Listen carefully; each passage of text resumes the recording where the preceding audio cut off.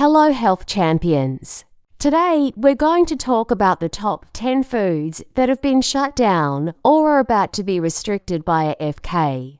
And finally, after having talked about these issues for decades about how food isn't food anymore and how we're being poisoned from the inside, finally, there is a US Secretary of Health for the first time ever who agrees more with actual practitioners of health rather than the mainstream medical establishment. And with health practitioners, I mean those who don't forget to subscribe, like and leave a comment. Help people get healthy, like chiropractors, like naturopaths, like people in functional medicine, and also those few wonderful heretics of the medical profession, the medical doctors who have gone against the mainstream of their profession. Because it doesn't work. And now finally, we have a US Secretary of Health who speaks the language that we do. The first thing it's trying to get rid of is a bunch of artificial colors such as red 3, red number 40, yellow number 5 and blue number 1, and these have been already banned in many countries, or even most countries around the world, because it's well recognized how dangerous they are and how much harm they do. They're strongly linked to hyperactivity, especially in kids, to behavioral issues, and also to allergies, and it causes thyroid cancer in rats. And that's why red number 3 has been banned from cosmetics. So get this, the FDA has a clause called the Delaney Clause that prohibits, that outlaws any additive that is known to cause cancer. So now you can't put it on your skin since 1990, but you can still eat it. But now, since many manufacturers are anticipating that it will be outlawed now very quickly, they can start reformulating and get rid of it. So what that's telling us is that this stuff is not hard to get rid of. It's just a matter of wanting to. It's not expensive. It's not difficult. It's just lazy. And if they don't have an incentive, and if nobody tells them what's healthy or not, then they're just going to do whatever they've been doing. Number 2 is Kennedy wants to get rid of SNAP junk food. And SNAP stands for Supplemental Nutritional Assistance Program, formerly known as food stamps. And here, Kennedy says that tax-funded programs should promote health, not disease. What a concept. We shouldn't pay for people to get sick. So he wants to stop soda, candy, and ultra-processed foods from any government program because it is very well known that sugar causes obesity, type 2 diabetes, and cardiovascular disease, and doesn't only cause it, but it does so especially in low-income communities. So if we use tax funds to pay for junk food for people with food stamps now, they're going to get sick, and then we get to pay for it again with their medical bills. But now, of course, the critics call it paternalistic, and it says that this unfairly targets the poor. And I'm just curious, what's unfair about trying to keep someone healthy? Why should we pay for junk food? Should we pay for booze? Should we pay for cigarettes? Where do you draw the line to not call it unfair? I think it's totally obvious that tax funds should go toward keeping people healthy.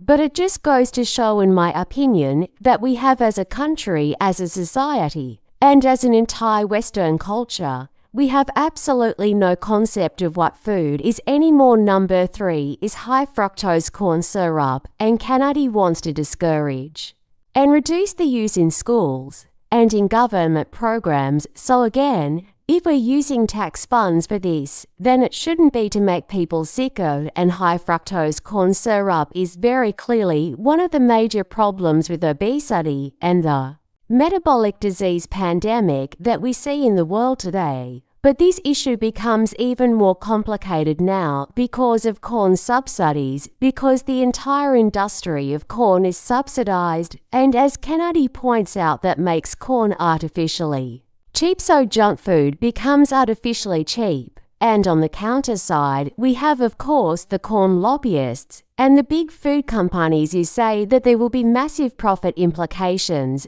And I don't doubt that in any way, but that's not a reason that we don't have to do something about it. Item number 4 is about seed oil. So Kennedy wants to get rid of or restrict the use of canola, soybean, corn, sunflower, and safflower oil. And why is that? Because they are sky high, they are. So, rich in omega-6 polyunsaturated fatty acids, which promote inflammation and contribute to the obesity and metabolic disease epidemic. So the more of these omega-6 oils we use, the more we're going to see of obesity, insulin resistance, cardiovascular disease, cognitive decline, and dementia. So Kennedy wants to remove these types of oils from school lunches. We shouldn't give these to the kids, but instead we should give them healthy fats. We should replace those with olive oil, with coconut oil, and with butter. I could hardly believe my ears when I saw that. I don't think it's less than 100 videos that I've talked about the healthy fats being extra virgin olive oil, coconut oil, and butter, and here we hear it again from the US Secretary of Health. This is very, very hopeful. But of course, on that note, the mainstream nutrition so-called experts claim that the polyunsaturated fatty acids, the vegetable oils that have made us so sick that we've been eating since the 1960s, 7s, now they promote those and say that they are beneficial when replacing saturated fats. So again, they fall into the fallacy of throwing all sorts of fats on the bandwagon and saying that all saturated fats are bad, which of course is not true. The natural fats that we just talked about, coconut oil and butter, and even cooking oils from lard and tallow and goose fat, those are very, very stable when they come from a healthy source, and we don't massively overheat them. Then they are stable and safe and healthy fats. Food number 5. Kennedy wants to get rid of his ultra-processed foods out of the schools. So he thinks we should no longer serve these things to kids, things like frozen pizza, chicken nuggets, sugary cereals, chips, and shelf-stable desserts. And what makes something shelf-stable? That it can sit there on the shelf for months and months, of course, is sugar and seed oils and preservatives and additives. That's what makes it shelf-stable. And these foods are clearly linked to things like chronic inflammation, obesity, cognitive decline, and early mortality. And the state of Arizona has set us a goal to phase these out and get rid of them by 2026. And this, of course, is strongly endorsed by Kennedy. And instead of junk food, we should have a diet that's based on whole foods so that we can start reducing these chronic diseases that are now starting in childhood. And number 6, he wants to get rid of his artificial sweeteners.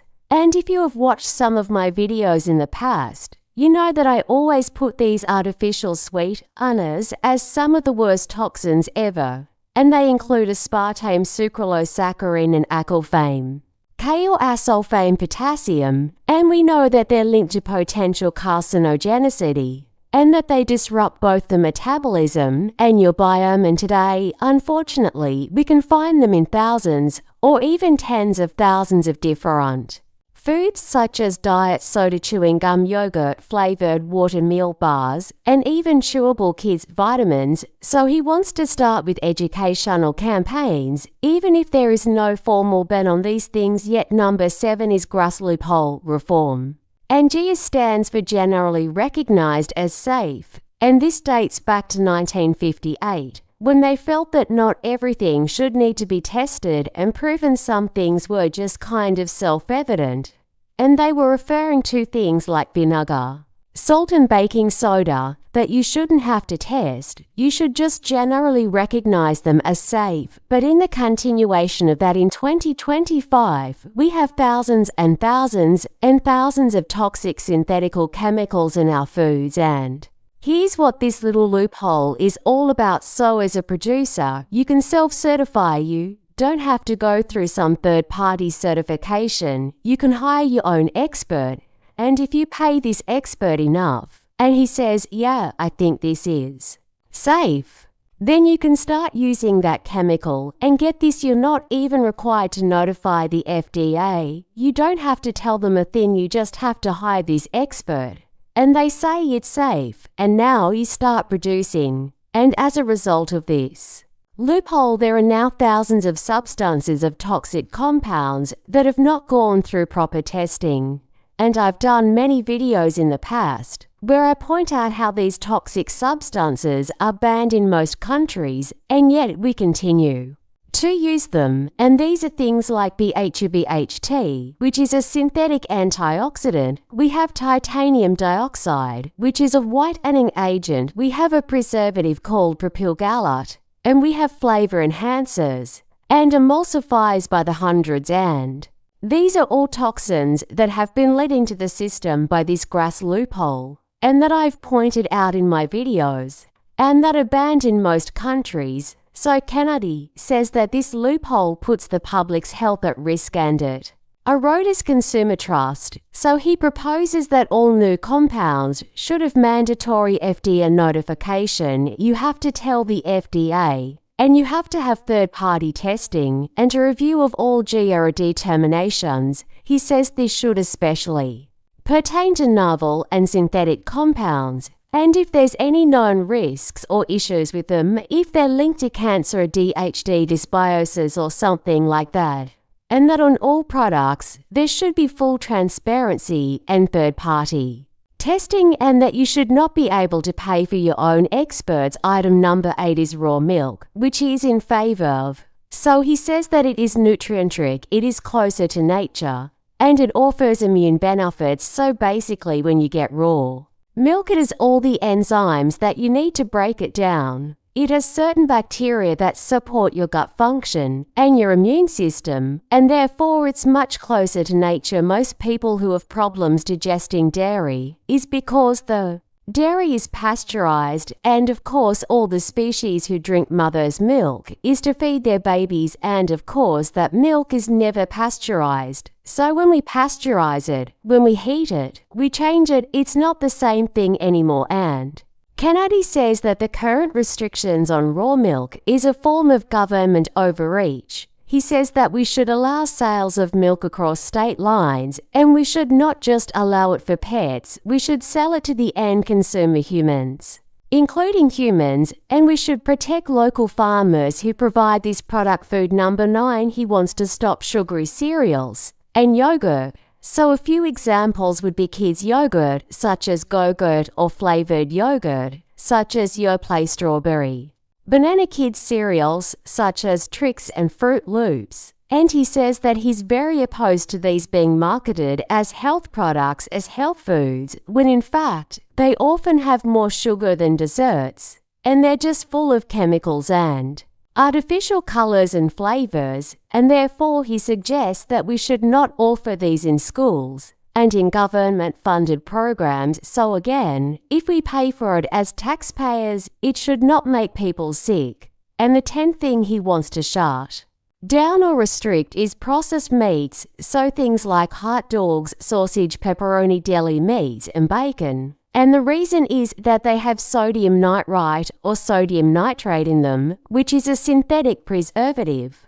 And the problem here is that this synthetic preservative can turn into a carcinogen, a known carcinogen called nitrosamine, when exposed to acid or high heat. So we could get some of these harmful effects from stomach acid, but the much bigger effect would be when we expose it to high heat. So if we grill hot dogs, if we cook sausage, if we fry bacon or throw pepperoni on the pizza now, it's exposed to very high temperatures and it can turn into these nitrosamines. And while I completely agree with Kennedy on this item that there are tons of different deli meat products, processed meat products that are full of chemicals and full of junk, I do want to point out that it doesn't have to be that way, that there are companies that make deli meats without these things, that source the meats very naturally, that have organic and grass-fed products. And also sometimes they include natural nitrites, and natural nitrites do not react the same way on the grill.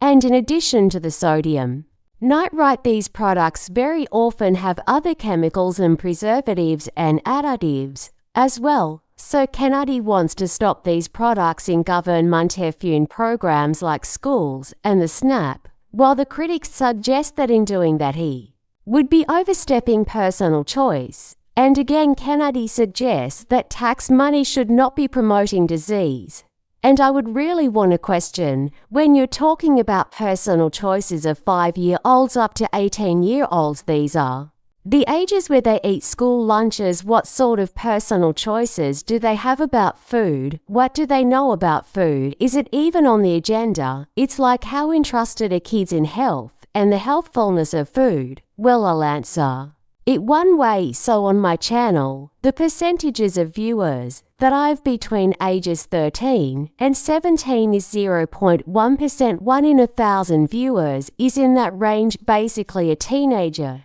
And below that age, below 13, it is 0. None of those kids are watching health-related movies, at least not mine, but rather the people over 45 account for 74.4% of the viewers on this channel. And what that means is that these kids' parents aren't watching either. It's the grandparents that watch, because that's when you get old enough to start getting on some medication and start doubting your immortality. And you start having some issues to look out for. So if you are a grandparent, then watch these videos and then pass on that information to your kids. If you enjoyed this video, you're going to love that one. And if you truly want to master health by understanding how the body really works, make sure you subscribe, hit that bell, and turn on all the notifications so you never miss a life-saving video. Don't forget to subscribe, like, and leave a comment.